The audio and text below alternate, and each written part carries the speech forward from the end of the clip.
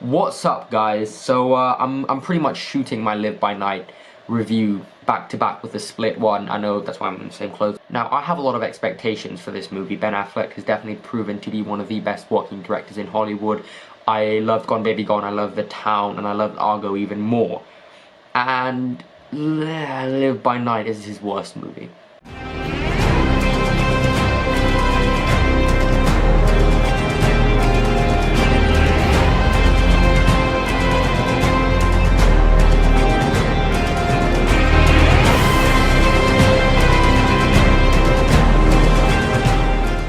So Live by Night is written and directed by Ben Affleck. He's adapted this movie from a book written by Dennis Lehane.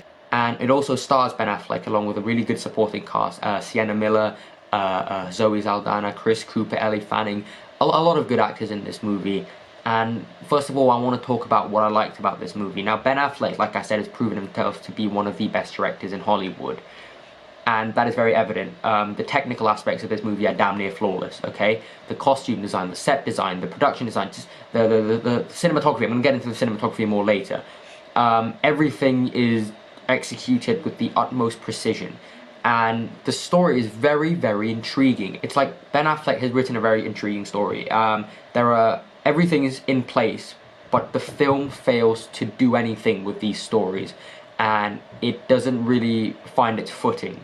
The first 20 minutes of this movie are amazing, right? And there's an amazing car chase towards the beginning of the movie, and pretty much after that, after like this prison montage, the movie just dies.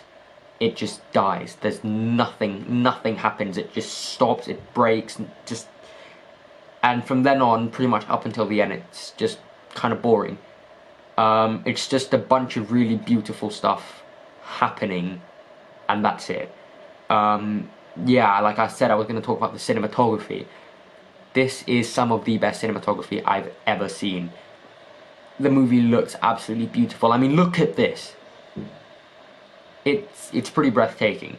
So, you know, Ben Affleck definitely knows what he's doing when it comes to the visual style and the more technical aspects of the movie. And where the movie fails is ultimately the pacing. This movie is very slow. Now, I like slow movies, but when you have a 2-hour runtime and you have this much going on, you need to pick up the pace. You need to always be active. You need to always be on the go. You need to be telling something, and you can't just have two people sitting and talking for 20 minutes. That's just not how it works. And this movie, I feel like, would be a lot better if it was like a mini-series, like a 10-episode, 8-episode TV show.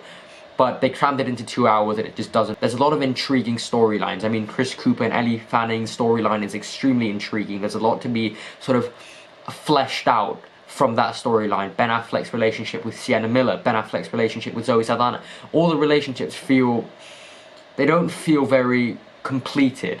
A lot of the plot lines don't feel very completed, and that's due to the runtime. If this movie had been maybe half an hour, 40 minutes longer, I would have sat through that, and I probably would have enjoyed it more because I get to see the characters and how they work a lot more.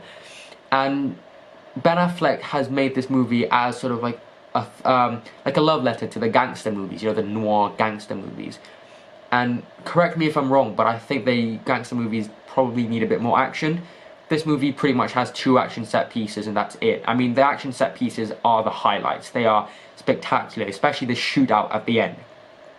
The shootout at the end is A+ material. It's fucking excellent. And that's the thing though, this movie has so much potential, but it's kind of wasted in long, boring, unnecessary conversations. And a lot of the things in this movie are just unnecessary. I mean, it's like this movie wants to tell a story, and it wants to tell an even bigger story, but it doesn't have the time, but it's still telling that story, and it's kind of telling that story sort of half-heartedly, and it just doesn't really work for me. The narrative points of this movie, they don't work. I found myself almost falling asleep, but I had to wake myself up because I knew I had to do a review. I mean, the performances are good. Ben Affleck's good, so is Zoe Saldana. Chris Cooper is very good in this movie, and I don't know, I just feel like this is Ben Affleck's first movie that isn't great. This is just kind of okay. And for that reason, for a very slow-paced movie, for something that has so much potential, I'm going to give this movie a solid B.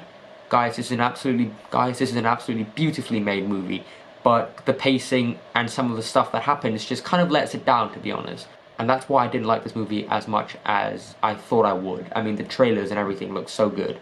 But yeah, guys. Anyway, thank you as always for watching. Please like and subscribe. Thank you.